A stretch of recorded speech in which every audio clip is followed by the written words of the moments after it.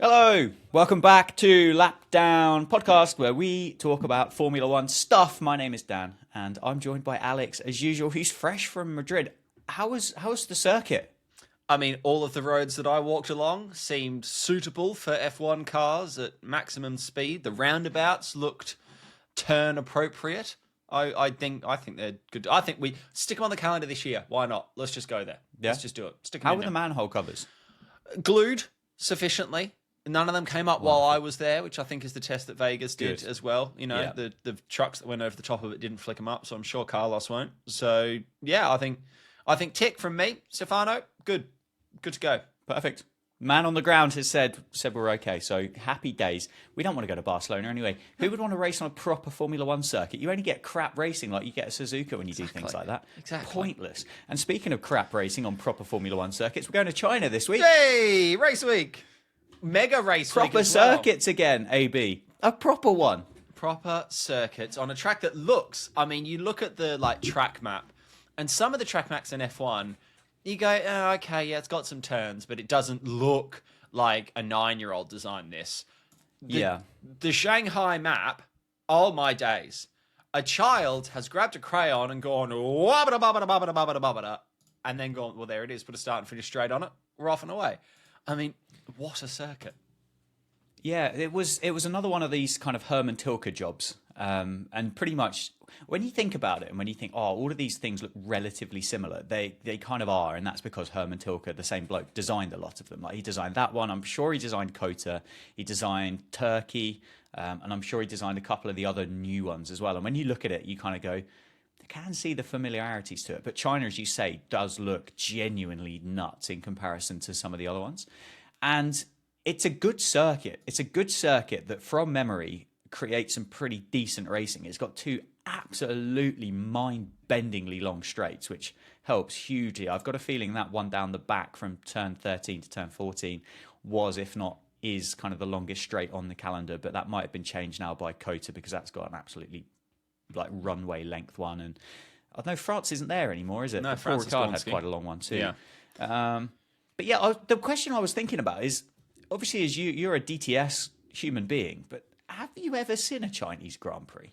It's certainly not live. I have been back and watched a couple of the 2016, 17, 18 seasons on F1 TV to kind of catch up when I first got into it. And I'm sure there might have been a Chinese Grand Prix in there, but I've certainly not seen no one's seen, obviously, a very modern Chinese Grand Prix. But no. I think 19 was just before me. But I mean, I look at the track and my knowledge of F1 tracks is still very limited, and I've played a few in the game and whatnot, but I can see overtaking spots on the track map, which is the exciting bit. You can actually see, oh yeah, cool. If you got a really good run out of, and I'm not going to pick what turn number it is, but coming down onto that incredibly long back straight that you've mentioned, that ends in, essentially, let's all go backwards now. So you've got a chance there to steam it down with some DRS help, and then it's who's bravest going into a 180-degree hairpin to make this move work. But then you've got another one after it, so you can fight back. There are five. They're from memory. There's 5 places that I remember seeing genuine overtaking moves. One would be going into turns 1, 2, and 3 off that. If you're DRS brave to hang straight. it out and curl it round and trust that the car's going to hang on around the corner. The commentator, Crofty, and the old switcher. You get a few switcheroos. Then obviously, if you get a decent run out of there, you've got a heavy braking zone into 6. You don't really get anything through 7, 8, 9, 10, but you do get kind of an opportunity between 10 and 11. Then, as you said, there is an opportunity between 13 and 14 with the DRS. Then, if you go for the old switcheroos again, you get a decent drive out of 14. There's another chance to beat them into 16. So there are genuinely 5 properly overtaking-ish areas on the circuit, which is nice. And we don't get enough of those. And it's nice that where you've just gone through that is how an F1 track should be, right? Because what you've said, they're all linked together as well. It's you go through that first sort of Mickey Mouse era where it curls itself round, And then even where you say, like, going through the big S in the middle, no, that's not an overtaking opportunity, but your car needs to be dialed in through there, and so do you, because, and I learnt this the hard way trying to drive Coda in the game, you can lose a second and a half if you get your first sort of turning point wrong coming into that there's a chance there to lose 3-4 tenths to the car behind, who's then got 2.5 straights to cash in on it. And having a track that each corner has a consequence one way or the other, pretty much the entire way around the 3 miles or whatever it is. I mean, let's go. Let's. I might even get up and watch this live at 8 o'clock. It might even be worth that.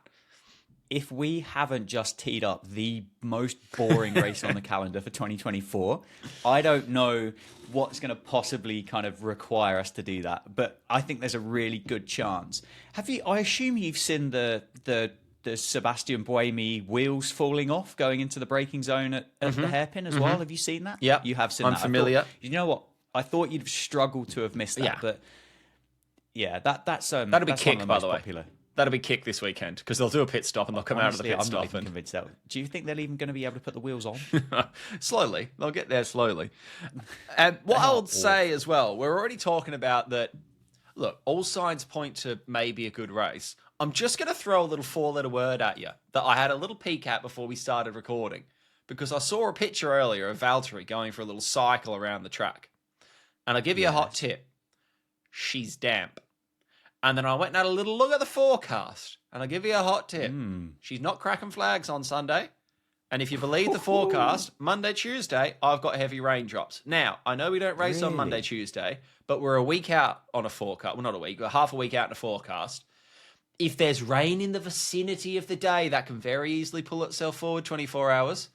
So, look, I'm not promising a wet one, but the forecast has some rain on it within the next week, and the track is currently wet as Valtteri cycles around it. So maybe we could sprinkle in a little bit of changeable weather condition as well into this, just to really spice it up. Probably best not to oversell yourself and promise people wet ones. So I have not promised the wet one. That is a good thing. Provided information. So what you've essentially teed up is we will watch Burt Mailander in either an Aston Martin or a Mercedes drive around at the front of the pack for a while because they create so much downforce. They make it so difficult to drive because no one can see what's going on in the wet and windy and spray conditions. Maybe. But I'm just providing information. No, super. I'm providing information. Just give me a Spa 2021 again, or Spa 22, whatever year. Let's go, George. Like, if that wasn't peak sport, I don't know what was. And then there's one other thing that we haven't mentioned yet, and it's because I only found out yesterday, and you only found out this morning when we did our little pre-chat. Is that No. I found out this morning when you messaged me this morning. I did know before our pre-chat. We're sprinting. We're sprinting this weekend, apparently. We are. What I will say, and this probably goes back to what we've just discussed, it's probably a good track for sprinting, I would say. You probably don't want to sprint around Monaco. So that's good in a way. The sprint is at 4 a.m. in the UK, so I will not be watching that live. Ouch. But sprint qualifying... It's tough, isn't it? Sprint qualifying on Friday is 8:30 a.m. to 9:14 a.m. Because... Do you know... Yeah. Considering like Formula One's market is in Europe, and I'm not saying that we should all. I love the sunshine. Like, look what that's just gone and done to my camera. How ridiculous is that? Like, that's fantastic, brilliant. What I was going to say is, as I kind of go and fix my camera at the same time, but considering the market is in Europe for Formula One, I know they're trying to develop it, aren't they, in different worlds, and maybe 4 o'clock in the morning. Chinese or UK time works out to be, it's probably still going to be 11 o'clock at night East Coast in the US though, so it's not exactly going to be a sociable time to watch it. But they want more eyes on Formula One, right? And their audience is in Europe. Why aren't they kind of putting that up on a European time? If the real race can start at 8 o'clock in the morning, the proper day, why can't the sprint do it on the fake day? I kind of get where you're coming from a little bit, but we've obviously got quali on sprint day now. So they've put quali in the prime time slot. And I think we probably need to be careful about being too colonial in our approach to race timings. No, because it's an inconvenience to me, Alex. And you don't understand how important I am in the world of Formula One podcasts. Yeah. I reckon we are, because this is a joint venture, so I won't just kind of go completely narcissistic on you. We are in the top 1 million most important Formula One podcast people in the world. Potentially we are. It's unverified data, but we'll... No, because you said we were like in the top 100 in South Africa, so therefore... Yeah, I think that's because we're probably the only F1 podcast that's listened to in South Africa, and we are number 50 on the list. So I'm not sure we're getting too far. Don't take it away from me. The sprints are interesting, though, because they're supposed to be their big marquee thing. And we have talked a little bit in sprints in pre-season about their role on the calendar. But I find it interesting that if sprints are supposed to be F1's big special idea to make things exciting, they're not really hyping it up. It wasn't even F1 that told me it was the sprint weekend. It was a McLaren sort of social post that popped up in my feed. And you think, surely it's our first one of the year. We don't know if they suck yet. They probably will, but we don't know that. We're going in unknown. Why are we not given that the beans? But yeah, who knows? But we're sprinting anyway, so we'll find out the race result on Saturday morning. I won't be getting up at 4 a.m. No chance. I think that's sensible. I think that is sensible. Absolutely no chance. Oh well. Can we talk about helmets? Because we love helmets. A special helmet. Well, I like a special helmet. Anyway, okay. I think you're fairly indifferent about them, but you kind of allow one-off passes, don't you? Really? I like a special helmet when there's a reason for a special helmet. So yeah, and I think Joe this weekend should have a helmet. Yep, I agree. And if it was like your, I don't know, 500th race start or something, or the Jules Bianchi helmet as well, fine. As long as there's a reason for the helmet. Yeah, in memoriam, celebration, or whatever that might be, then completely fine. So on those guidelines, George Russell has done exactly that. Yeah. And he's going to turn up with a red helmet, which, as you said, do you know those kind of tourist shops that you get in London, and you turn up and you can buy like a red bus or a black taxi or a knockoff Paddington Bear or something? It feels like he's been down the local market in Beijing, and some nice old lady has just kind of flogged off as many Chinese souvenirs as possible, one of which was a Formula One helmet. Yeah, there's not a lot of nuance to George's helmet design for the Shanghai Grand Prix. I'll say it looks quite pleasant. It's the color scheme is nice. It's quite clean. It's certainly Chinese, but it's giving me Schumacher vibes, mate. Yeah, red lid, silver Mercedes. That's giving me big Michael Schumacher vibe. Michael, not Mick. Yeah, but it's just. I mean, I think if you asked like AI to design a Chinese F1 helmet, that's what it's going to design. It's going to put a dragon on it. It's going to make it red with some gold detailing, and it's that's what it is. But I wonder, do we know? Obviously, his words here are China Special Edition helmet. There are so many cool details I wanted to bring forward to celebrate being back here in Shanghai. No, you didn't. It feels great to be racing in China again. I doubt it. And I wanted to celebrate with something special. I hope you like it. Let me know what you think. What do the symbols mean? Tell us what the symbols mean, George. Give us some layers. Give us some details. Because if he's fallen down the same trap as some of these kind of girls that go on holiday to Tenerife or something, they come away with the Chinese word for soup or something on their butt cheek, don't they? When they were meant to get like love or Sinead, or whatever it was going to be. And has George Russell just got the Chinese symbols for soup? On the back of his lid. I trust that someone's cross-checked that for him. Well, yeah, but you would do if you were in Tenerife in a tattoo parlor as well, AB. No, you would. You're giving far too much credit. If you had enough Jaeger bombs and enough tequila rosés, you'd trust that person. No, you're giving far too much credit to the Tenerife tourists. I don't know what it says. You would have thought that he would maybe explain what it says. But yeah, look, it's fine. It's a perfectly fine F1 23 downloadable helmet. Speaking of which, there's a new game coming soon, isn't there? There's a new game coming soon. I dare say it's going to be exactly the same as the old game. Is what I would say. We'll talk about that on another episode. Also, Thai British driver, he's got a special helmet for China. Which, do you know what? In comparison to George Russell's, I still don't think it's necessary.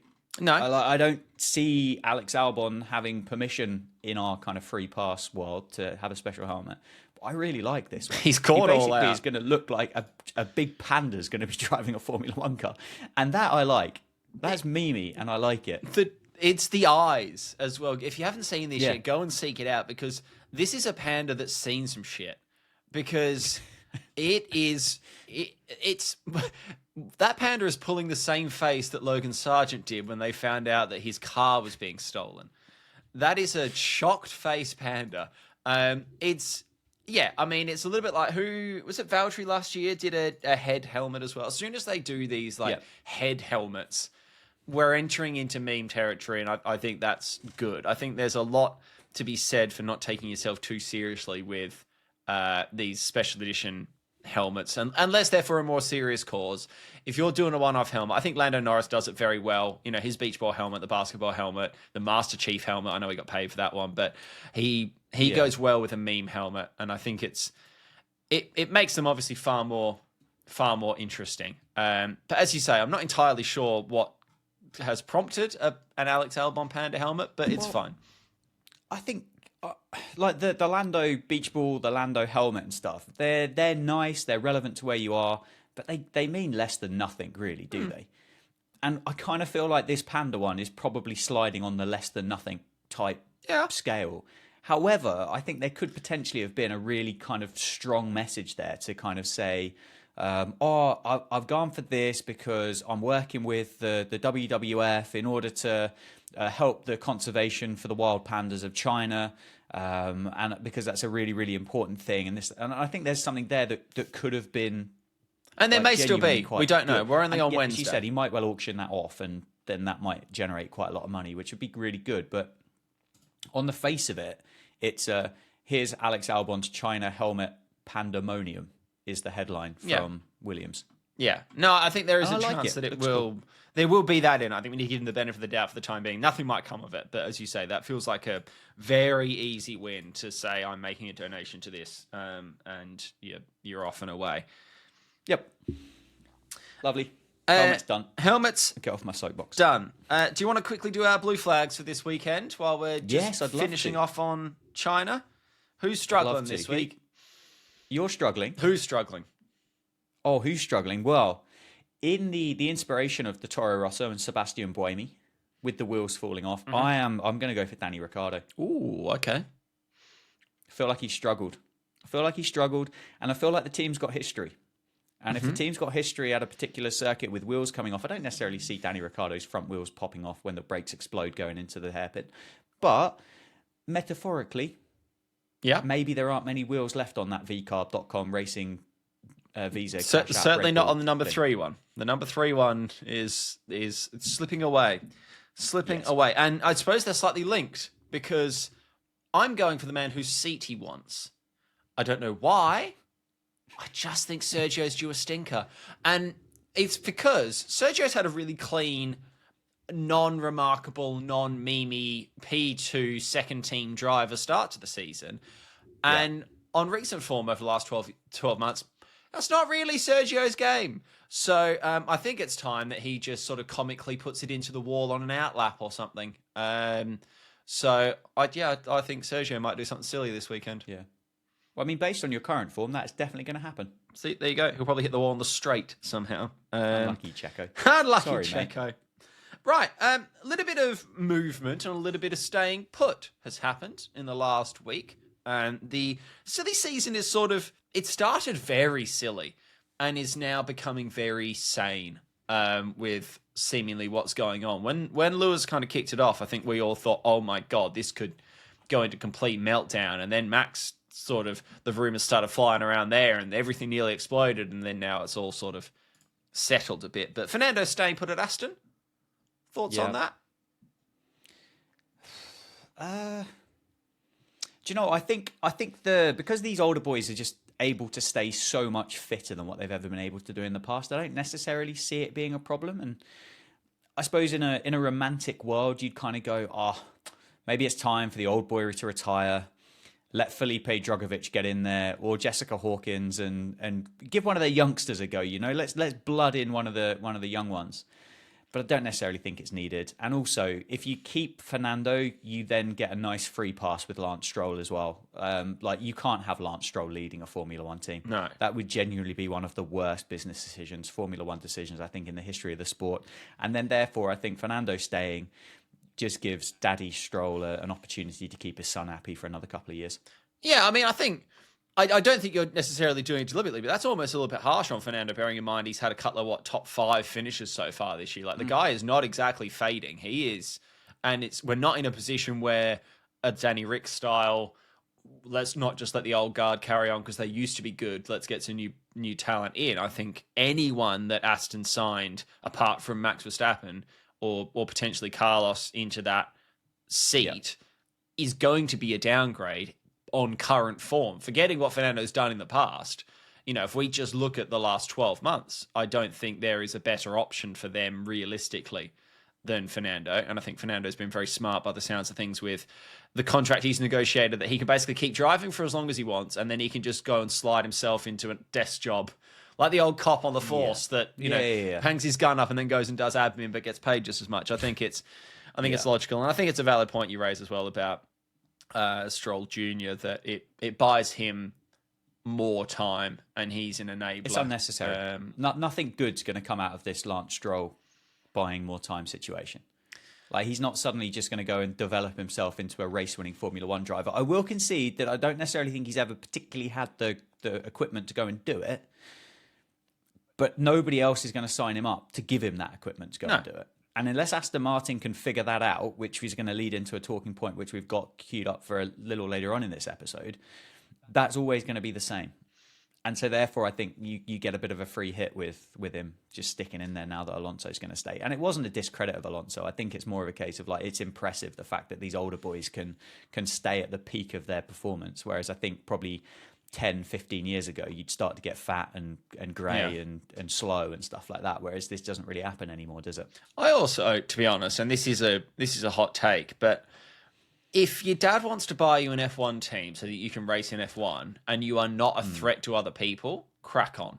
F1 is by definition a popular boys club, and always has been and always will be. It's who you know and who's got the money to support you. That's the only way you're getting in. That F1 is not fair, and F1 does not have a wonderful distribution of EDI and all the rest of it. And you can argue one way or the other about, the pros and cons of that. But at the end of the day, it's a private team that's been bought by whoever because they want someone in that seat. And it's, I suppose, the same with all the pay drivers. But, I mean, fair enough. He's not embarrassing himself. He's not constantly P20 by 18 seconds because he's not good enough. He's just an unremarkable F1 driver that is very fortunate that his dad's bought him a car. But a lot of people get bought a car by their dad. His just happens to go a little bit quicker. But what it does do... Still waiting for mine. Still waiting. What it does do is closes another door for Carlos Sainz, which a lot of doors are being closed in that man's face, which is incredible, bearing in mind he's the only person that's won a race apart from Max in bloody 18 years. And there was an article the other day that his two options now are apparently the Sauber or the Williams. No. We're not taking Logan out of the car and putting Carlos Sainz in there because that was who we could get. What is this Carlos disrespect, and where has it come from? I don't know. As you said, he's running out of options, or he's running out of good options, to be fair, because there's a lot of TBCs left throughout the grid, isn't there? AlphaTauri or whatever they're called haven't got drivers confirmed for next year. Haas haven't got drivers. Williams haven't got drivers. There are seats available, but they're all the ones that you probably don't want. Probably ones that you'd be prepared to go for if you didn't have a huge amount of ambition to go on and win a world drivers title. That being said, Williams, if James Vowles is speaking any kind of truth, could be one worth investing in. But it's getting to the stage now that if he isn't being considered for that Red Bull seat, or even the Mercedes one, those two, but they seem to have gone a little bit quiet on there, don't they?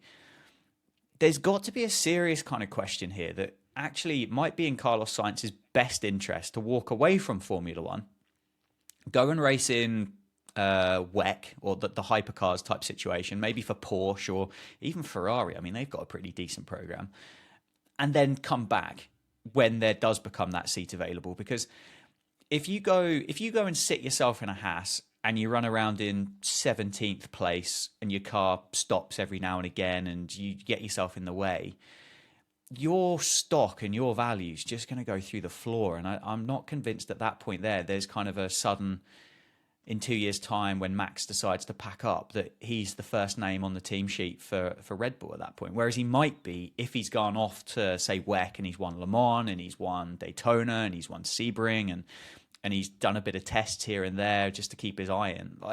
Maybe that's a way to go. But then again, Giovinazzi's never going to come back. Like Buemi, John-Eric Verne, all of these guys, with the exception of Fernando, I can't think of anybody else recently anyway that's gone off to another one of these formulas and then come back. Maybe you shut the door behind you and you never do come back. I don't know. Yeah, I mean, the Sauber play at least is a holding pattern for 12 months for Audi, isn't it? And there's a lot of hope for that Audi project that... Well, I think you turned that seat down. He could...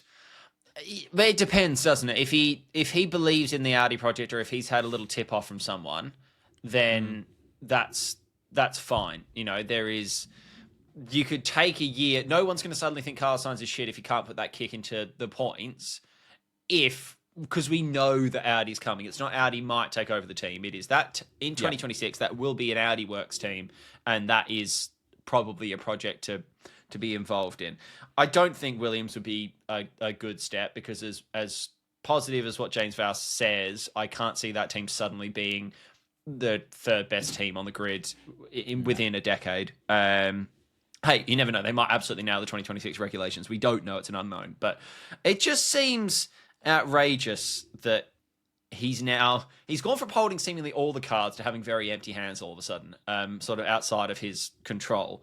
I can't see Red Bull doing anything other than re-signing Checo now. I don't see the value in them doing anything else unless they're genuinely worried that Max is going to leave, which he's not.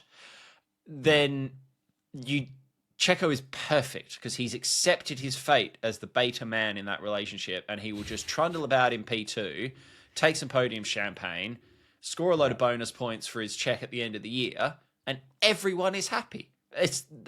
The media will rock that boat as much as they want, but I am absolutely certain, and we'll clip this up and it will not come true, but I'm absolutely certain that they'll just give him another 1+1, and for as long as he doesn't put his nose out of joint and doesn't run into the back of Max in turn one, I don't see why they change it. And then I think Toto is too set on Kimi Antonelli because he's scared about missing out on Kimi Antonelli and having him poached from under him, that I think he will put him in the car too early, have a tricky year with him next year, but hope that he hits puberty and maybe at 26 is a fresh reset for everyone. But I think there's a genuine chance now that Carlos somehow ends up taking potentially Zhou's seat, or maybe Bottas goes, you know what, I'm kind of done with racing. I've got enough other ventures and sponsorships and stuff. I'm just going to go ride bikes with my missus. I think there's a chance of that happening, and then Carlos slots in as the project.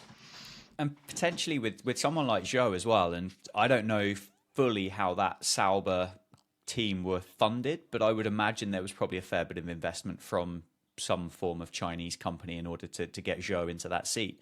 But Porsche might not be particularly interested in that. They might want a German driver in a German team to go with Carlos, for example.